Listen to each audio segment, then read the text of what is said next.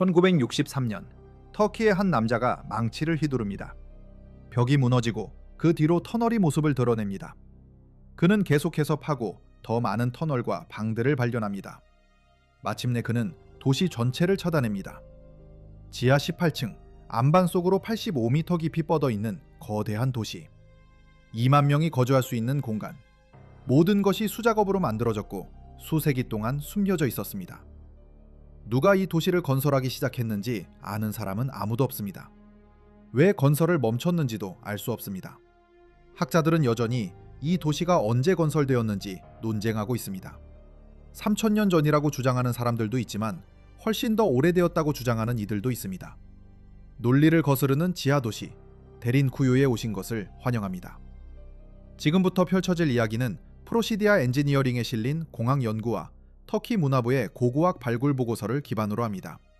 데린쿠유 구조물의 집안 역학적 특성을 분석한 넷과 협력자들의 연구, 그리고 5세기에서 10세기 사이에 비잔틴 시대 유물을 추적한 발굴 보고서가 그 근거입니다. 위키피디아의 요약본이 아닙니다. 고고학자들이 인용하는 기술 논문들입니다. 이제 감춰진 정보 속으로 더 깊숙이 들어가 보겠습니다. 카파도키아로 알려진 이 지역은 기묘한 굴뚝 모양의 화산 지형으로 유명합니다. 데린쿠유는 단순히 깊기만 한 도시가 아닙니다. 광대한 수평 터널들이 거대한 방들을 연결하고 수직 갱도들은 여러 층을 관통합니다. 각 층은 독립적으로 존재하며 봉쇄가 가능하도록 설계되었습니다.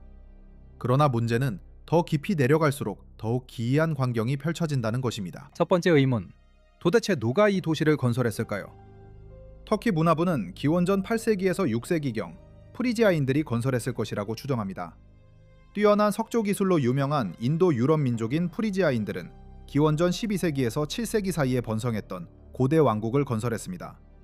그들의 수도인 고르디온에는 거대한 토공 작업, 쿠르간, 암석을 깎아 만든 무덤들이 있었습니다. 하지만 여기서부터 문제가 시작됩니다. 프리지아 유물은 도시의 특정 구역, 주로 상층부에서만 발견됩니다. 독특한 기하학적 무늬가 새겨진 도자기 파편, 청동 도구, 저장 항아리, 그리고 5세기에서 10세기 사이에 비잔틴 시대 추가물들이 표면에 흩어져 있습니다. 이것들은 비교적 정확하게 연대를 측정할 수 있습니다. 십자형 디자인의 예배당, 벽에 새겨진 돌십자가, 성인들을 묘사한 프레스코화, 기독교 도상학, 비잔틴 건축 양식, 그리고 그 시대에만 나타나는 베럴볼트, 모든 것이 기록되어 있고 연대 측정이 가능합니다. 그러나 가장 깊은 층, 구조의 핵심 부분에서는 결정적인 표식이 전혀 발견되지 않습니다. 도자기, 동전, 비문, 그 어떤 것도 없습니다. 이 문명이 건설했다는 것을 알려주는 그 어떤 단서도 없습니다. 그렇다면 다른 가능성은 없을까요? 일부 학자들은 히타이트인을 지목합니다. 기원전 1500년경 그들은 아나톨리아를 지배했습니다. 히타이트인들은 결코 원시적인 문명이 아니었습니다. 그들은 고도의 공학 기술과 철을 재련하는 기술을 가지고 있었습니다. 하투샤와 같은 거대한 요새를 건설했고 정밀하게 돌을 조각했습니다. 그들의 수도에 있는 지하방들은 정교한 구조공학적 이해를 보여줍니다. 그들은 하중 지지력을 알고 있었고 암석 역학을 이해했습니다. 하지만 명확한 히타이트의 증거는 데린쿠유와 연결되지 않습니다. 발굴 중에 발견된 사자 조각상 하나를 제외하고는 말입니다. 단 하나의 조각상으로는 건설을 증명할 수 없습니다. 그것은 조역의 결과일 수도 있고 약탈품일 수도 있으며 혹은 사건 이후 수세기가 지나 우연히 놓였을 수도 있습니다. 증거가 너무나 부족합니다. 고고학자들은 더 많은 비문, 더 많은 유물, 문화적 층위를 필요로 합니다. 하지만 그들은 그러한 증거를 찾지 못했습니다. 인근 선사 유적지에서 진행된 발굴에서는 만년에서 12,000년 전으로 거슬러 올라가는 부싯돌 도구, 석기시대 도구, 구석기시대 도구가 발견되었습니다. 이 도구들은 데린쿠유와 그 지역의 다른 지하 도시들의 터널 표면에 남겨진 흔적과 일치합니다. 흠집 패턴, 끌 자국, 충격 흔적, 돌 위에 새겨진 돌의 흔적. 이 발견은 이스턴 터키 투어에서 2023년 2월에 발행한 여행 기록에 강조되어 있습니다. 구석기 시대 정착지와 지하 구조물 사이의 연관성을 분석한 기록입니다. 만약 이 흔적들이 석기 도구에서 비롯된 것이라면 우리는 만년에서 12,000년 전을 바라보고 있는 것입니다. 금속 이전, 청동기 시대 이전, 심지어 농업 이전, 기록된 역사 이전, 문자 언어 이전, 우리가 이름 붙일 수 있는 어떤 문명 이전의 시대입니다. 이는 데린쿠유의 기원을 마지막 빙하기, 영거 드라이아스 시기로 되돌립니다. 동쪽으로 600km 떨어진 퀘베클리 테페와 같은 시간대, 같은 지역, 같은 화산 지형, 같은 기후 조건. 어쩌면 같은 사람들이었을지도 모릅니다. 표면적으로는 수렵 채집인들이었지만 수렵 채집인들은 도시를 건설하지 않습니다. 여러 세대에 걸친 건설 프로젝트를 수행하지 않습니다. 그들은 사회적 조직을 갖추고 있지 않습니다. 하지만 어쩌면 그들이 그랬을지도 모릅니다. 어쩌면 우리가 그들을 과소평가하고 있는 것일지도 모릅니다.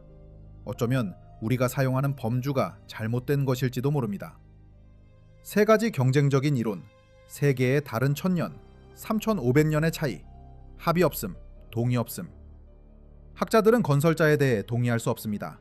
각 진영은 증거를 가지고 있지만 누구도 결정적인 증거를 제시하지 못합니다. 논쟁은 계속되고 논문이 발표되고 회의가 열립니다. 해결책은 없습니다. 도시는 여전히 그 비밀을 간직하고 있습니다. 지하 깊숙한 곳, 무려 14만 세제곱미터에 달하는 암석이 사라졌습니다. 올림픽 규격 수영장 60개를 채울 수 있는 엄청난 양입니다. 도대체 어디로 증발한 것일까요? 땅을 파면 파는 흙과 돌이 쌓이는 것이 자연의 법칙입니다. 안반을 제거했는데 그 흔적이 없다? 있을 수 없는 일입니다. 파낸 만큼 폐기물이 나오는 것이 당연합니다. 하지만 데링쿠요는 비교적 평탄한 지형에 자리 잡고 있습니다. 완만하게 굴곡진 평원일 뿐 거대한 폐석더미나 채석장의 흔적은 어디에도 없습니다. 항공 촬영도 지상조사도 마찬가지입니다. 그 어떤 단서도 찾을 수 없습니다. 암석은 그저 사라졌습니다. 주변 마을 사람들은 표면에서 채취한 돌을 사용합니다. 깊은 굴착에서 나온 가공되지 않은 은회암과는 확연히 다릅니다. 채굴된 은회암에는 도구 자국이 선명하게 남아있고 특유의 패턴이 있습니다. 반면 표면의 돌은 풍화되어 매끄럽고 그 성질 자체가 다릅니다. 마을 사람들의 증언은 엇갈립니다. 또 다른 가설은 이 암석을 가루로 만들어 사용했다는 것입니다. 물과 섞어 건축용 반죽으로 사용했다는 주장입니다. 화산재는 훌륭한 시멘트가 될 수 있습니다. 로마인들도 포철라나를 사용하지 않았습니까? 하지만 500만 세제곱피트의 암석을 손으로 빻는 것은 또 다른 엄청난 노동력의 투입을 의미합니다.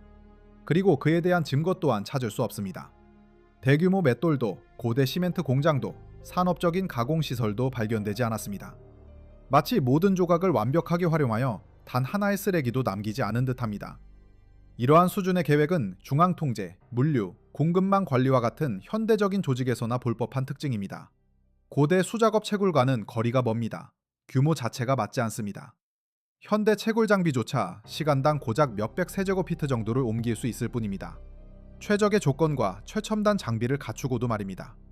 데링쿠유의 500만 세제곱피트를 파내려면 현대 장비로도 몇 달, 어쩌면 1년이 걸릴지도 모릅니다. 우리는 청동기 또는 철기 시대의 곡괭이와 같은 수공구를 이야기하고 있습니다. 청동은 무르고 쉽게 닳아버립니다. 철이 그나마 낫지만 여전히 한계가 있습니다. 선사시대 이론이 맞다면 석기를 사용했을 수도 있습니다. 부싯돌, 흡요석, 단단한 화성암. 하지만 훨씬 더 느릴 것입니다. 응애암은 갓 노출되었을 때는 무르기 때문에 구리로도 조각할 수 있습니다. 하지만 며칠 안에 공기에 노출되면 단단해집니다.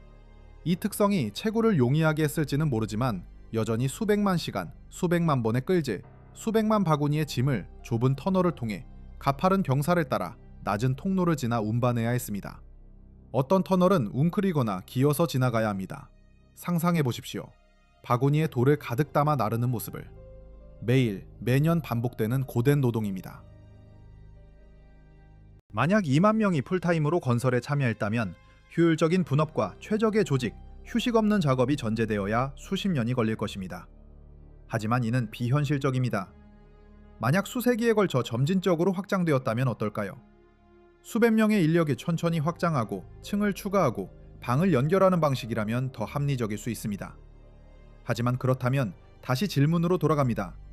누가 이 일을 시작했고 왜 대대로 이어질 일을 시작했을까요?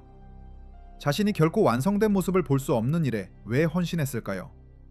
아마도 그들의 손자나 증손자가 완수할 수 있는 일입니다. 이는 시간 속에서 신념, 비전, 공동의 목표를 요구합니다.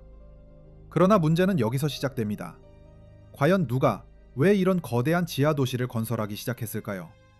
그리고 그들은 어떻게 그 많은 암석을 감쪽같이 숨길 수 있었을까요? 지하 18층 깊이. 단순한 무작위 구멍이 아닙니다. 정교하게 계산되고 설계된 자연적인 공기 흐름을 위한 공학적 통로입니다. 2016년 프로시디아 엔지니어링에 발표된 한 연구는 이 시스템이 어떻게 스스로 작동하는 냉방 장치를 만들어내는지 상세히 기록했습니다. 특정 위치에 배치된 환기구를 통해 신선한 공기가 유입됩니다. 주된 바람의 방향을 정확히 계산하여 설계된 통로입니다. 공기는 온도 변화에 따라 지하 공간을 순환합니다. 그리고 다른 환기구를 통해 오염된 공기가 빠져나가도록 설계되어 있습니다. 펌프도, 팬도 그 어떤 기계 장치도 없이 작동합니다. 순수한 물리학의 힘입니다. 응도 차이가 공기의 흐름을 만들어냅니다. 따뜻한 공기는 위로, 차가운 공기는 아래로 이동하며 압력이 균형을 이룹니다. 이 설계는 그 원리를 완벽하게 활용합니다. 하지만 이러한 수준의 이해는 유체역학, 기압, 열대류, 베르누이 원리, 벤투리 효과에 대한 지식을 필요로 합니다. 이러한 개념들은 17세기와 18세기에 이르러서야 체계화되었습니다. 고대 세계에는 이러한 개념에 대한 기록이 없었습니다. 수학적 틀도, 과학적 방법론도, 통제된 실험도 존재하지 않았습니다. 그런데 어떻게 완벽하게 작동하는 시스템을 설계할 수 있었을까요? 심지어 가장 깊은 곳에서도 말입니다.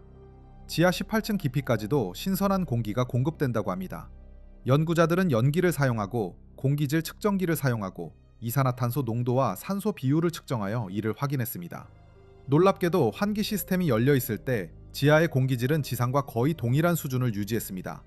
시스템이 폐쇄되면 공기질은 점차 떨어지지만 개방 시에는 완벽한 공기 순환이 이루어졌습니다. 고대 기술자들은 어떻게 환기구의 위치를 계산했을까요?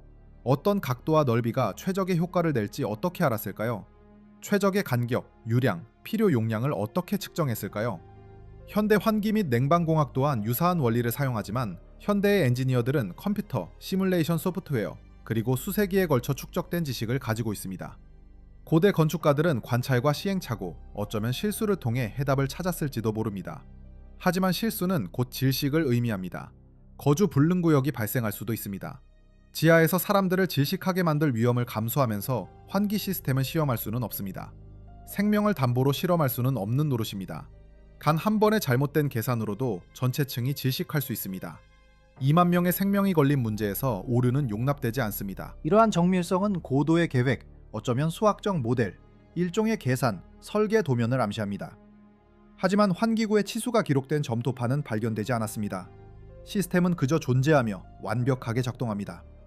이론이 없었다고 여겨지는 사람들에 의해 건설되었습니다. 일부 연구자들은 기존 설계를 모방했을 가능성을 제기합니다. 다른 곳에 또 다른 지하 도시가 원형 역할을 했을 것이라는 가설입니다. 그들은 그것을 측정하고 복제했을 것입니다. 하지만 우리는 그 원형을 찾지 못했습니다. 베링쿠유는 가장 크고 가장 깊고 가장 복잡합니다. 만약 이것이 복제품이라면 원본은 어디에 있을까요? 어쩌면 원본은 더 오래되고 더 깊숙이 묻혀 있거나 파괴되었거나 시간 속에 잊혀졌을지도 모릅니다. 하지만 더 불안한 가능성도 있습니다. 어쩌면 그들은 우리가 생각하는 것보다 훨씬 더 정교한 지식을 가지고 있었을지도 모릅니다. 어쩌면 고대 기술은 우리가 생각하는 것보다 훨씬 더 발전했을지도 모릅니다. 어쩌면 우리는 무언가를 잃어버린 것일지도 모릅니다. 기술 지식의 보고를 말입니다. 파괴되고 잊혀지고 도서관에서 불타 없어지고 침략으로 인해 사라진, 그리고 우리에게는 설명서 없이 남겨진 유물들. 완벽함을 바라보며 우리는 질문합니다. 어떻게? 중력으로 작동하는 시스템, 놀라울 정도로 정교화 설계입니다. 지하 깊숙한 곳에서부터 수로를 통제하고 필요에 따라 상층 구로의 공급을 차단합니다.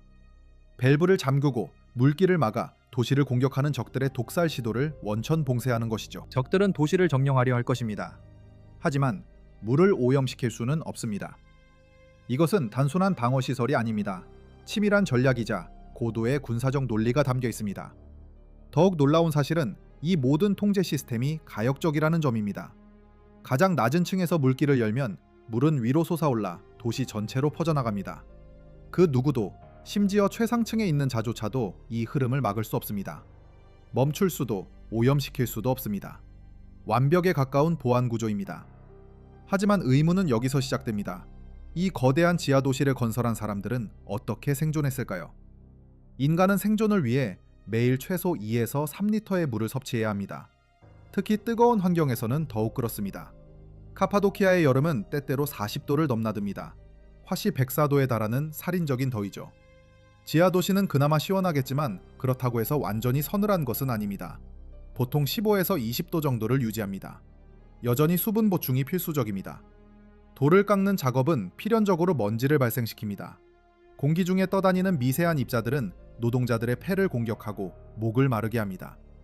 물은 이 먼지를 가라앉히고 벽에 뿌려 습도를 유지하며 공기를 정화하는 데 사용됩니다. 금속으로 된 곡괭이는, 특히 청동으로 만들어진 도구는 뜨겁게 달아오릅니다. 물은 이러한 도구들을 식히고 변형을 막으며 지지구조물을 위한 모르타르를 혼합하는 데 필수적입니다. 일부 구역은 석회 모르타르로 보강되어 있습니다. 수개월 동안 지하에서 일하는 노동자들에게는 기본적인 위생 또한 중요합니다. 질병을 예방하고 건강을 유지하기 위해서라도 물은 반드시 필요합니다. 하지만 깊은 곳을 파내려 갈수록 물은 점점 더 멀어집니다.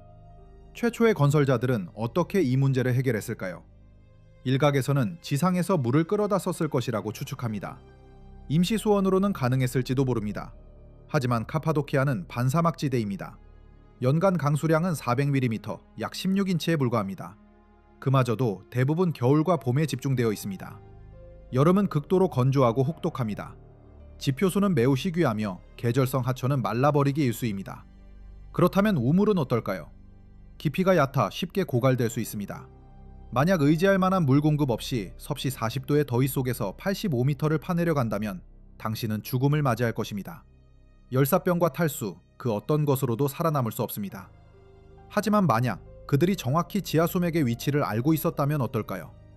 정확히 어느 깊이를 파야 하는지, 어디에 갱도를 뚫어야 하는지 알고 있었다면, 이는 고도의 지질학적 지식, 수문학에 대한 깊은 이해, 지하 지형에 대한 완벽한 파악, 지하 수면의 위치, 대수층의 깊이, 암석의 투수성에 대한 정확한 정보를 필요로 합니다.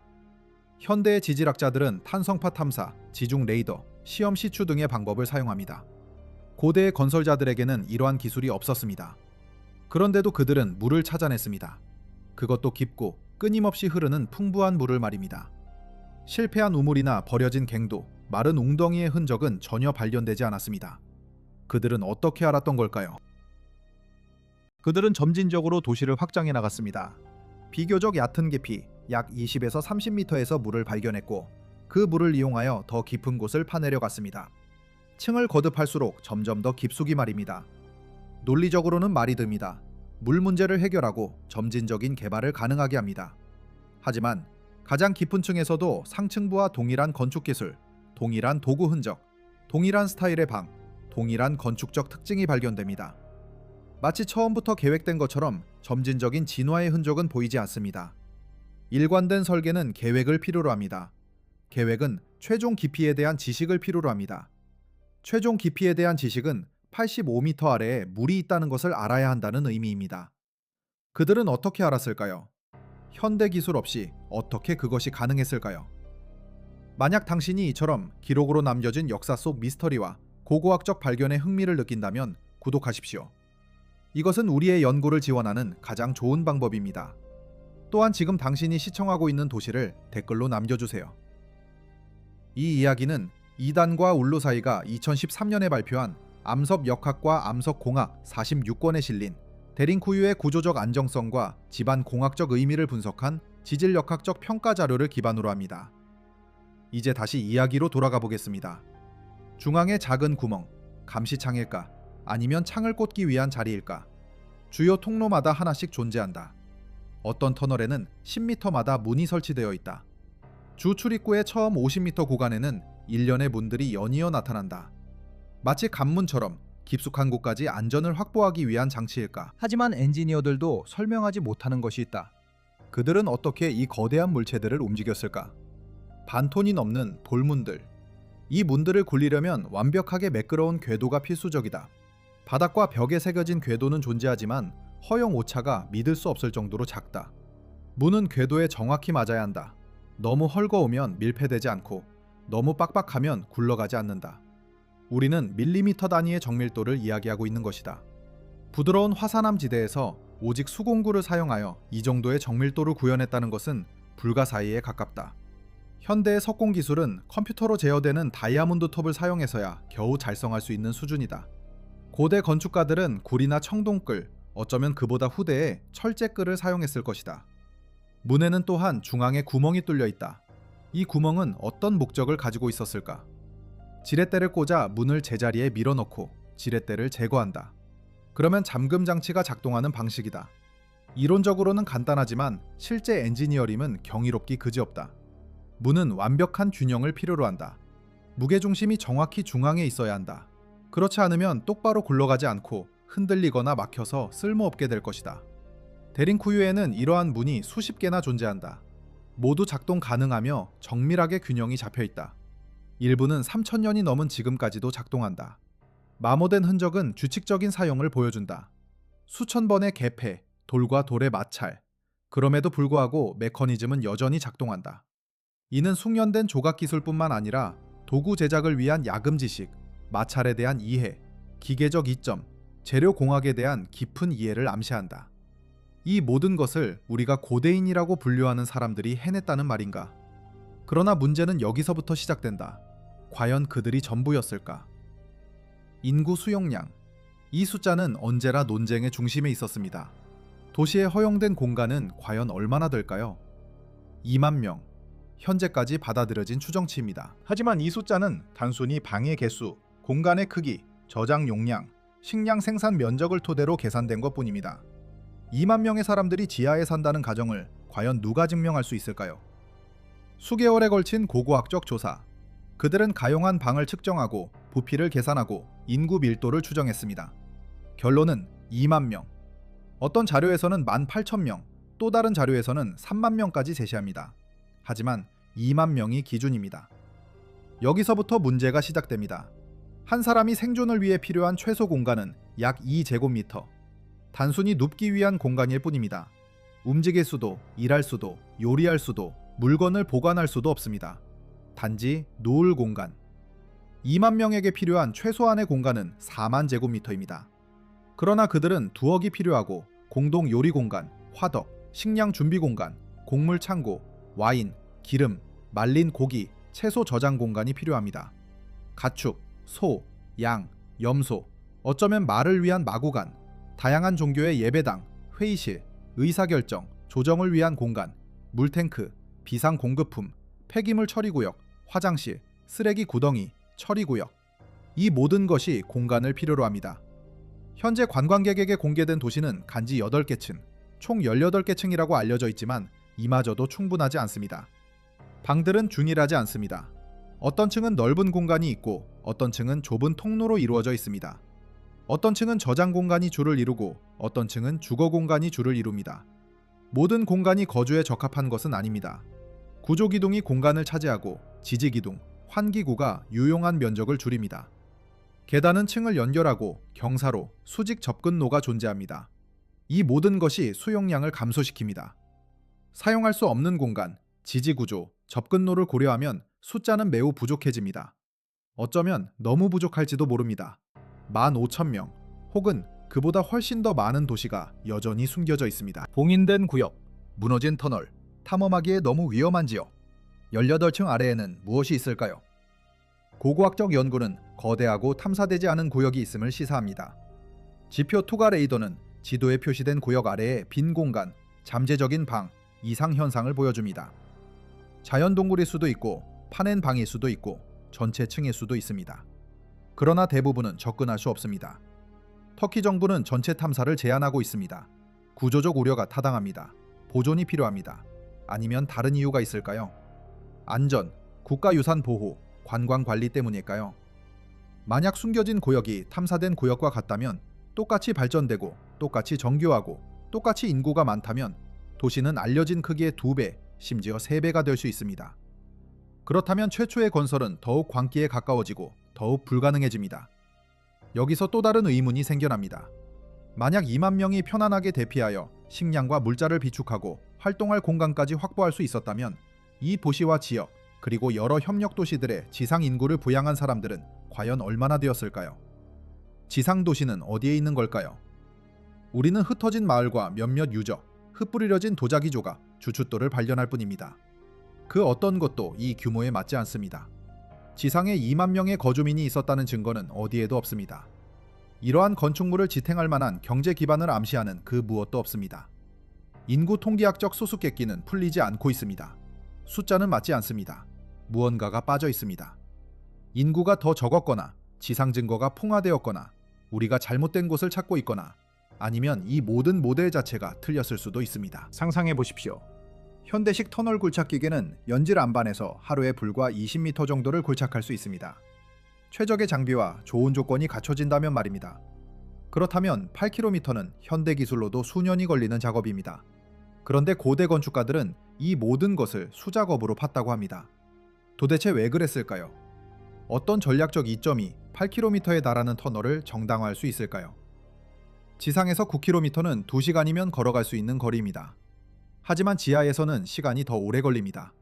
좁은 통로, 낮은 천장, 시야 부족, 비효율적으로 보입니다. 표면이 너무 위험했다면 어떨까요? 침략이 끊이지 않았다면, 지상에서의 이동이 곧 죽음을 의미했다면 지하 통로는 의미가 있습니다. 하지만 8km는 빠른 대피 통로가 아닙니다. 그것은 기반 시설입니다. 심각한 수준의 기반 시설입니다. 이는 고립된 도도시가 아니라 네트워크를 암시합니다. 카파도키아에는 200개가 넘는 지하 정착지가 알려져 있으며 대부분은 아직 탐사되지 않았습니다. 데린쿠요가 카이마클르와 연결된다면 카이마클르는 다른 곳과 연결될까요? 그것들은 더 멀리 연결될까요? 그렇다면 그 의미는 이 지역 전체에 걸쳐 거대한 지하 네트워크가 뻗어 있다는 것입니다. 수백 킬로미터의 터널이 수십 개의 도시를 연결합니다. 모든 것이 지하에, 모든 것이 숨겨져 있습니다. 이러한 수준의 협력에는 중앙 집중식 계획, 장거리 통신, 공통 건축 표준, 공동 목표가 필요합니다. 우리는 지상에서의 삶을 포기하고 지하에서 살기로 선택한 문명에 대해 이야기하고 있는 것입니다. 일시적인 은신처가 아닌 영구적인 혹은 적어도 장기적인 거주를 말입니다. 이것은 단 한 번의 전쟁을 피하기 위한 은신이 아닙니다. 지상이 살기에 부적합하거나 너무 위험한 세상에 적응하는 것입니다. 어떤 위협이 이것을 정당화할 수 있을까요? 어떤 적이 문명 전체를 바위 속에 파묻도록 강요했을까요? 지상에서 85m 아래 그 시면에는 무엇이 숨겨져 있을까? 터키 카파도키아 데린쿠요 지하도시. 수천 년의 역사가 잠들어 있는 이곳은 단순한 거주지가 아니었다. 최초 몇 개층은 주거 공간, 부엌, 저장고, 심지어 교회까지 갖춰져 있었다. 도자기 파편, 도구 흔적, 기름 램프의 그을음 자국은 이곳에 생명이 살았음을 증명한다. 그러나 깊이가 더해질수록 증거는 희미해진다. 중간층에는 와인과 올리브 압착기, 식량 가공 시설이 존재한다. 여전히 기능적인 공간이지만 지하 깊숙한 곳은 이야기가 달라진다. 8번째 층 아래, 그곳은 완전히 다른 세계다. 텅 빈 방, 줄어든 유물, 불분명한 용도. 가장 깊은 곳, 지상 85m 아래에는 거대한 아치형 저장고가 웅크리고 있다. 사용 흔적은 전혀 없다. 도대체 왜 이렇게 깊은 곳까지 파내려간 것일까? 사용하지 않을 공간을 위해? 이토록 엄청난 노력을 들인 굴착 작업의 목적은 무엇이었을까? 일부 학자들은 이곳이 비상대피소였다고 주장한다. 기나긴 포위전, 식량 부족 상황에 대비한 최후의 보루였다는 것이다. 하지만 설명되지 않는 것이 있다. 저장 용기, 물의 흔적, 쓰레기 구덩이, 그 어떤 생존의 흔적도 발견되지 않았다는 점이다. 또 다른 가설은 깊은 층이 미완성 상태로 남겨졌다는 것이다. 건설이 시작되었지만 중단되었고 그대로 방치되었다는 주장이다. 하지만 텅 빈 방들은 완벽하게 마무리된 모습이다. 매끄러운 벽, 정교한 천장, 조각된 문. 이것은 의도적인 공백일까? 어쩌면 이곳은 의뢰 공간이나 무덤이었을지도 모른다. 카파도키아의 다른 지하 도시들처럼 말이다. 암벽에 뚫린 벽감에 시신을 안치하고 화학물질을 사용하여 부패를 가속화하고 악취를 막는 방법. 외딴 지하 깊숙한 곳이라면 충분히 가능한 이야기다. 그러나 데린쿠요의 깊은 방에서는 매장 흔적조차 발견되지 않았다. 그저 텅 빈 공간만이 존재할 뿐이다. 마치 무언가를 기다리는 것처럼. 하지만 무엇을? 그리고 왜? 데린쿠요 지하 도시의 시면은 여전히 풀리지 않는 수수께끼로 남아있다. 1923년 그리스와 터키 사이의 인구 교환. 카파도키아 그리스인들은 강제로 고향을 떠나 그리스로 이주해야 했습니다. 그들과 함께 수세기에 걸친 지식 또한 사라졌습니다. 지하 도시들은 바로 이때까지도 사용되고 있었습니다. 가족들은 터널 안에서 살았고 저장고, 마구간, 박해를 피하는 은신처로 활용했습니다. 어쩌면 2만 년이라는 기나긴 시간 동안 끊임없이 사용되었을지도 모릅니다. 그러다 갑자기 모든 것이 멈췄습니다. 40년간의 침묵. 1963년 우연히 발견되기 전까지. 여기서부터 기이한 일이 벌어집니다. 1963년 당시 그 지역 주민들은 그 도시들이 존재한다는 사실조차 까맣게 모르고 있었습니다. 그들은 도시 바로 위에서 살고 있었습니다. 심지어 어떤 사람들은 자기 집 지하실에 입구를 가지고 있기도 했습니다. 벽 뒤에 숨겨진 채, 봉인된 채, 잊혀진 채. 마치 도시 전체가 40년이라는 짧은 시간 동안 기억 속에서 완전히 사라진 것처럼. 구전 전통은 수세기 동안 역사를 생생하게 보존합니다. 지하 도시들은 불과 얼마 전까지도 활발하게 사용되었습니다. 1920년대는 결코 고대사가 아닙니다. 1960년대의 사람들은 분명히 그들의 할아버지로부터 그 이야기를 전해 들었을 것입니다. 그런데도 그 발견은 완전한 충격이었습니다. 이것은 무엇을 의미하는가? 카파도키아 그리스인들이 심지어 이웃들에게조차 의도적으로 비밀을 지켰다는 것을 암시하는 것은 아닐까요? 어쩌면 문화적인 관습이었을 수도 있고 아니면 생존을 위한 몸부림이었을 수도 있습니다. 만약 당국이 이 도시들에 대해 알게 된다면 파괴되거나 봉쇄되거나 빼앗길 수도 있었을 것입니다. 숨기는 것이 최선이었을지도 모릅니다. 심지어 기억 속에서조차. 다른 장소들에서도 비슷한 일들이 일어났습니다. 신성한 장소들은 외부인의 눈으로부터 보호하기 위해 여러 세대에 걸쳐 비밀로 유지되었습니다. 그리스인들이 떠나자 그 비밀 또한 그들과 함께 사라졌습니다. 광대한 지하 엔지니어링 복합시설은 표면 아래에 묻혀버렸습니다. 만약 이런 일이 불과 40년 만에 일어날 수 있다면 과연 얼마나 많은 것들이 더 잊혀졌을까요? 또 어떤 구조물들이 봉인된 채, 잊혀진 채 누군가가 잘못된 벽을 허물기만을 기다리고 있을까요? 그러나 문제는 여기서 끝나지 않습니다. 이 구조물에는 진화의 흔적이 전혀 보이지 않습니다. 인간이 무언가를 건설하고 개량할 때 초기 시도는 조잡하지만 시간이 흐르면서 점차 개선되는 것이 일반적입니다. 이는 고대 유적지에서 흔히 볼 수 있는 현상입니다. 초기 피라미드에는 오류가 있지만 후대의 피라미드는 완벽에 가깝습니다. 로마의 수도교 역시 시간이 지날수록 기술력이 향상됩니다. 매 세대가 이전 세대의 지식을 습득하고 더 나은 건축물을 건설하는 것이죠. 그러나 데링쿠유는 이러한 일반적인 패턴을 따르지 않습니다. 가장 초기의 층과 후대의 층 모두 동일한 수준의 정교함을 보여줍니다. 동일한 형태의 방, 동일한 문 구조, 동일한 환기 시스템. 각 구역에서 발견되는 도구 흔적은 서로 일치합니다. 동일한 기술, 동일한 정밀도, 숙련도가 향상되는 과정이 전혀 보이지 않습니다. 이것은 무엇을 의미하는가? 두 가지 가능성이 제기됩니다. 첫째, 이 도시는 고도로 숙련된 인력에 의해 매우 짧은 시간 안에 건설되었다는 가설입니다. 사전에 철저하게 계획되었고 신속하게 실행되었다는 것이죠. 막대한 노동력, 중앙 집권적인 통제, 명확한 비전이 있다면 불가능한 일은 아닙니다. 하지만 여기에는 문제가 있습니다. 이는 점진적인 확장을 주장하는 기존의 학설과 정면으로 충돌합니다. 또한 이러한 고도의 기술력을 가진 인력이 어디에서 왔는지 설명해야 합니다. 누가 그들을 가르쳤을까요? 둘째, 이 도시는 기존의 설계, 즉 다른 곳에서 유래한 청사진에 따라 건설되었다는 가설입니다. 어쩌면 이전의 구조물이나 다른 문화권에서 전수된 지식을 바탕으로 건설되었을 수도 있습니다. 이는 건설자들이 독창적으로 참조한 것이 아니라 단순히 모방하고 지시를 따랐다는 의미입니다. 이 가설은 데링쿠유의 정교함을 설명해 주지만 또 다른 의문을 제기합니다. 그렇다면 그 원본은 어디에 있는가? 데링쿠유가 복제품이라면 그 출처는 무엇일까요? 우리는 아직 그 답을 찾지 못했습니다.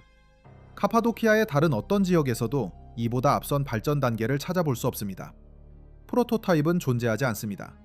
어쩌면 더 깊은 곳에 묻혀 있을지도 모릅니다. 아니면 데링쿠유 자체가 최초의 프로토타입일 수도 있습니다. 이미 모든 것을 알고 있는 사람들이 건설한 최초의 도시 말입니다. 그들은 지식을 다른 곳에서 가져와 이곳에 적용하고 사라졌습니다. 도시는 남았지만 건설자들은 자취를 감춘 것입니다. 그들은 도시의 이름을 밝히지 않고 위치도 특정하지 않은 채 그저 존재한다는 사실만을 인정합니다. 왜 이렇게 모호하게 대처하는 것일까요? 만약 이 도시들이 주요 인구 중심지이거나 전략적인 군사 요충지였다면 상세한 지도와 군사 기록이 남아 있어야 마땅합니다. 하지만 현실은 어떠한가? 그저 흘러가듯 스쳐 지나가는 언급과 회피만이 존재할 뿐입니다. 비잔틴 연대기는 아랍과의 전쟁을 기록하고 있습니다. 서기 780년부터 1180년까지 무려 400년에 걸친 기나긴 분쟁의 역사를 말입니다. 연대기에는 은신처를 찾는 기독교인들에 대한 이야기가 등장하지만 그들이 어디에 어떻게 숨었는지, 그 수는 얼마나 되는지에 대한 자세한 묘사는 찾아볼 수 없습니다. 마치 도시의 존재 자체가 국가 기밀인 것처럼 말입니다. 적에게 지하 요새의 존재를 숨기는 것은 고대로부터 이어져 온 기본적인 전략입니다. 기록을 남기지 않고 외부에 공개하지 않으며 보안을 유지하는 것이죠. 이는 군사적인 목적에는 효과적이지만 역사적으로는 거대한 공백을 만들어냅니다. 결국 우리는 문헌 기록이 부재할 때 고고학적 증거, 즉 물리적인 유물에 의존할 수밖에 없습니다. 하지만 이마저도 불완전하기 그지없습니다. 데링쿠유에서 발견된 대부분의 유물은 비잔틴 시대, 즉 10세기 중반 비잔틴 시대로 거슬러 올라갑니다. 도자기의 양식, 기독교 상징, 주화 등을 통해 연대를 추정할 수 있지만 더 오래된 유물, 즉 근본적인 층위의 유물은 거의 발견되지 않고 있습니다. 그들은 유물을 남기지 않은 것일까요? 아니면 우리가 아직 찾지 못한 것일까요? 혹은 아직 탐사되지 않은 구역에 봉인되어 있는 것일까요? 이 침묵은 어딘가 의도적인 것처럼 느껴집니다. 끊임없는 분쟁 속에서 지하 대피소는 논리적인 선택이었을 겁니다. 하지만 여기서 문제가 시작됩니다. 그 규모가 주기적인 침략에 대한 대응이라고 보기에는 지나치게 거대합니다. 단 3일간의 습격에 대비하기 위해 500만 세제곱미터의 암석을 파낼 필요는 없습니다. 지하실이나 창고, 작은 방 정도는 팔 수 있겠지만 18층 깊이의 공간, 2만 명을 수용할 수 있는 규모, 여러 세대에 걸쳐 진행해야 할 건설 프로젝트는 상상하기 어렵습니다. 마치 위협이 끊이지 않았던 것처럼, 마치 지하 생활이 일상이었던 것처럼 말입니다. 일부 연구자들은 환경적인 요인, 즉 화산 폭발을 원인으로 지목합니다. 아르지에스산은 그 근처에 있으며 선사시대에도 활발하게 활동했습니다. 화산재 구름, 화쇄류, 유독가스, 지하 도시는 바로 이러한 위협으로부터 사람들을 보호하기 위해 건설된 것일까요? 문을 굳게 걸어 잠그고 그 모든 재앙이 지나가기만을 기다리는 것입니다. 이것은 깊숙한 지하층, 봉인된 방, 환기 필터의 존재를 설명해 줍니다. 그러나 화산 활동으로 인한 위험은 일시적입니다. 길어야 며칠, 몇 주 정도면 사람들은 다시 지상으로 돌아갈 수 있습니다. 만약 화산 폭발이 해마다 끊임없이 이어져 지표면이 도저히 사람이 살 수 없는 곳으로 변해버렸다면 어떨까요? 이 지역에서 발생한 심각한 화산 폭발에 대한 지질학적 증거는 존재합니다. 하지만 그건 수천 년 전이 아닌 수백만 년 전의 일입니다. 시간적 맥락이 맞지 않습니다. 점점 더 많은 지질을 얻고 있는 또 다른 이론이 있습니다. 바로 기후 대재앙입니다. 약 14,500년 전 영거 드라이아스 사건이 발생했습니다. 해성의 파편들이 대기 중에서 폭발했고 먼지와 검댕이, 하늘을 뒤덮어 태양을 가렸습니다. 그 결과 기온이 급격히 떨어지면서 빙하기가 다시 시작되는 지구적인 재앙이 닥쳤습니다. 일부 연구자들은 이 사건과 궤베클리 테페 건설을 연관짓습니다. 영거 드라이아스 시기에 지어진 종교 중심지 말입니다. 어쩌면 데링쿠유 역시 마찬가지일지도 모릅니다. 만약 데링쿠유가 어둠을 피하고 태양이 다시 떠오르기를 기다리는 생존 벙커로 건설되었다면 어떨까요? 만약 가장 깊고 오래된 구역의 연대가 바로 그 시기로 거슬러 올라간다면 데링쿠유는 단순한 고대 도시가 아닌 선사시대의 유적이라는 의미가 됩니다. 우리가 이름조차 알지 못하는 사람들이 건설한 도시, 그들이 숨어 지냈던 바로 그 재앙에 의해 문명이 통째로 지워진 도시. 이것은 현재까지 받아들여지는 모든 통념을 뛰어넘는 시간의 재조정을 의미합니다. 동시에 이 도시는 실패했다는 것을, 그 문명은 멸망했다는 것을 의미하기도 합니다. 지표면은 다시 사람이 살기에 적합한 곳이 되었고 새로운 사람들이 이주해 와서 터널을 발견하고 다시 사용하기 시작했습니다. 누가 왜 이 터널을 처음 만들었는지 전혀 모른 채 말입니다. 우리는 오늘날 그들과 똑같은 상황에 놓여 있습니다. 망명들이 파놓은 방에 서서 그들이 무엇으로부터 도망치려 했는지 이해하려고 애쓰고 있는 것입니다. 그러나 진실은 여전히 미궁 속에 갇혀 있습니다. 과연 우리는 그 해답을 찾을 수 있을까요? 정밀하게 계산된 공학기술. 누가 건설했든 그들은 정확히 무엇을 하고 있는지 알고 있었습니다. 암석 역학만 보더라도 하중 분포, 응력점, 압축 강도에 대한 이해가 필요합니다. 응회함은 무르지만 제대로 깎으면 안정적입니다. 건설자들은 이 사실을 알고 있었고 그것을 활용했습니다. 현대의 엔지니어들은 이 장소를 보고 경외감과 혼란스러움을 동시에 느낍니다. 이러한 수준의 작업은 정규 교육, 문서화된 지식 전달, 제도적 기억 없이 존재할 수 없습니다. 그러나 그것은 존재하고 기능하며 보존되어 결코 오지 않을지도 모르는 답을 기다리고 있습니다. 우리는 그것이 피르키의 네브셰히르 지방 카파도키아에 있다는 것을 압니다. 우리는 음회암이 그것을 가능하게 했다는 것을 압니다. 우리는 많은 문명이 그것을 사용했다는 것을 압니다. 아마도 프리지아인, 확실히 비잔틴인, 박해를 피해 숨은 기독교인, 몽골족을 피해 도망친 그리스인, 오스만 제국을 피해 도망친 아르메니아인. 이 모든 것은 확인되었지만 근본적인 질문은 여전히 풀리지 않은 채 남아 있습니다. 누가 이 일을 시작했을까요? 정확히 언제였을까요? 왜 이런 규모로 지어졌을까요? 지식은 어디에서 왔을까요? 판의 남석은 어디로 갔을까요? 어떻게 현대 물리학 없이 환기 시스템을 설계했을까요? 어떻게 그토록 정밀하게 돌을 다듬을 수 있었을까요? 왜 완전히 잊혀졌을까요? 어떤 위협이 이러한 반응을 정당화했을까요? 상상해 보십시오. 지하 깊숙한 곳에 거대한 도시가 건설되고 수천 년 동안 잊혀진 채 잠들어 있었다는 것을. 그러나 문제는 여기서 시작됩니다. 이 거대한 지하 도시를 건설한 사람들은 누구였으며 그들은 왜 그토록 엄청난 노력을 들여 이 비밀스러운 장소를 만들었을까요? 카파도키아의 지하 도시는 단순한 피난처 그 이상이었을 가능성이 큽니다. 그것은 고대 문명의 놀라운 기술력과 지혜를 보여주는 증거입니다. 하지만 그 지혜는 어디에서 왔을까요? 그들은 어떻게 그토록 복잡한 구조를 설계하고 건설할 수 있었을까요? 그리고 왜 그들의 업적은 역사 속에서 완전히 사라진 것일까요? 이 지하 도시의 건설에는 엄청난 양의 노동력과 자원이 필요했을 것입니다. 판의 남석은 어디로 갔을까요? 그들은 어떻게 환기 문제를 해결했을까요? 그리고 가장 중요한 질문은 왜 그들은 이 모든 것을 비밀로 유지하려고 했을까요? 이 모든 질문에 대한 답은 아직 밝혀지지 않았습니다.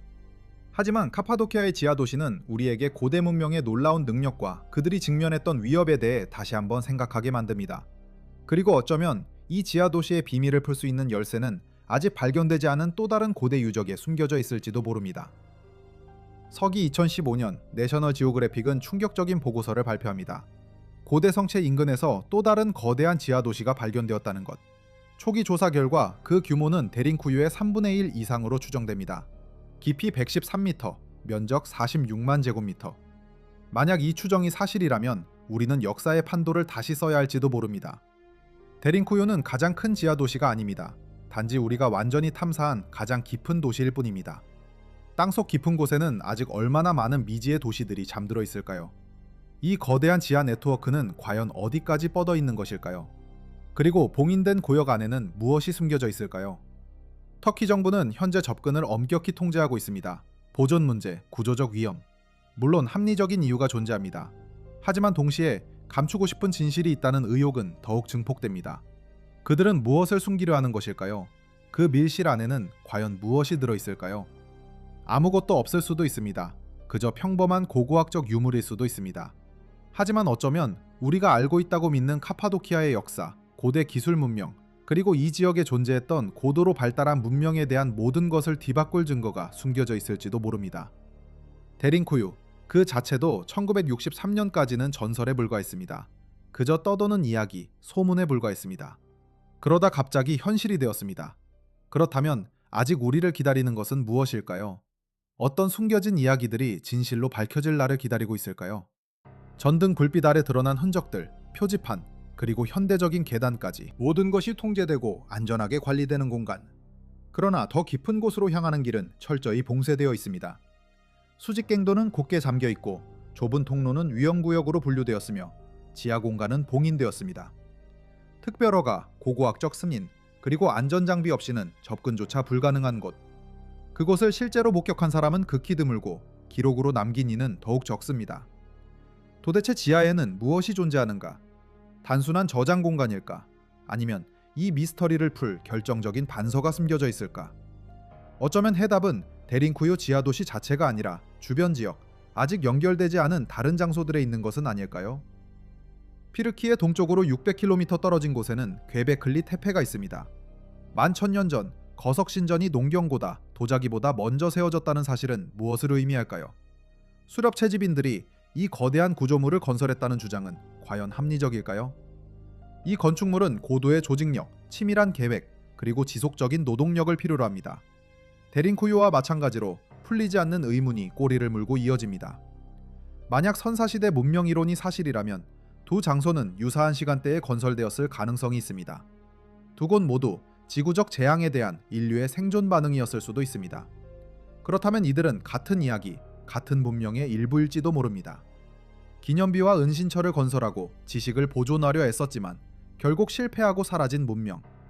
그들은 돌만 남기고 질문만 남기고 고대 세계에 대한 우리의 지식이 얼마나 불완전한지 깨닫게 합니다. 우리가 잃어버린 시간, 잊혀진 문화 속에는 거대한 간극이 존재합니다. 한때는 우리가 상상하는 것 이상으로 고도로 발전했던 문명이 있었을지도 모릅니다.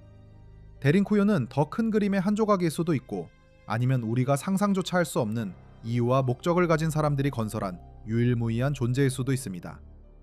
우리가 감히 짐작조차 할 수 없는 위협에 맞서기 위해 이 스토리는 아직 끝나지 않았습니다. 고고학 발굴 기록에서 발견된 마지막 단서 하나. 봉인된 구역을 발굴하던 조사팀은 예상치 못한 광경을 목격합니다. 밀실은 깨끗하게 청소되고 정돈되어 있었습니다. 마치 거주자들이 곧 돌아올 것처럼 모든 것이 정리되어 있었던 것입니다. 도구는 제자리에 놓여 있었고 문은 굳게 닫혀 있었으며 환기구는 깨끗하게 청소되어 있었습니다. 어떤 흔적도 발견되지 않았습니다. 공황의 흔적, 갑작스러운 도피의 흔적은 그 어디에도 없었습니다. 모든 것이 계획적이고 체계적이었습니다. 마치 겨울을 맞아 텅 빈 집을 닫고 봄에 다시 돌아올 것을 기대하는 것처럼. 그러나 그들은 영영 돌아오지 못했습니다. 수십 년, 수백 년, 어쩌면 수천 년 동안 도시는 어둠과 침묵 속에 잠겨 있었습니다. 우연과 망각, 그리고 도시를 건설할 수 있게 해준 바로 그 암석에 의해 보존된 채 그날을 기다리고 있었습니다. 모든 것이 준비된 채로. 1963년 그 장벽이 무너지고 빛이 터널 속으로 쏟아져 들어왔을 때 도시는 여전히 그 자리에 있었습니다. 여전히 작동하고 있었고 여전히 비밀을 간직하고 있었으며 과학자들이 끊임없이 던지는 질문에 답하기를 거부하고 있었습니다. 누가 이 도시를 건설했을까요? 왜? 언제? 어떻게? 무엇을 위해? 무엇에 맞서기 위해? 돌은 침묵하고 밀실은 설명하지 않습니다. 도시는 여전히 존재하고 수수께끼는 풀리지 않은 채 남아 있습니다. 12개의 질문, 그러나 단 하나의 대답도 얻지 못했습니다. 이것이 바로 데링쿠유, 과학으로 설명할 수 없는 지하 도시입니다. 그러나 문제는 바로 지금부터 시작됩니다. 데링쿠유는 과연 인류가 만든 것이 맞을까요?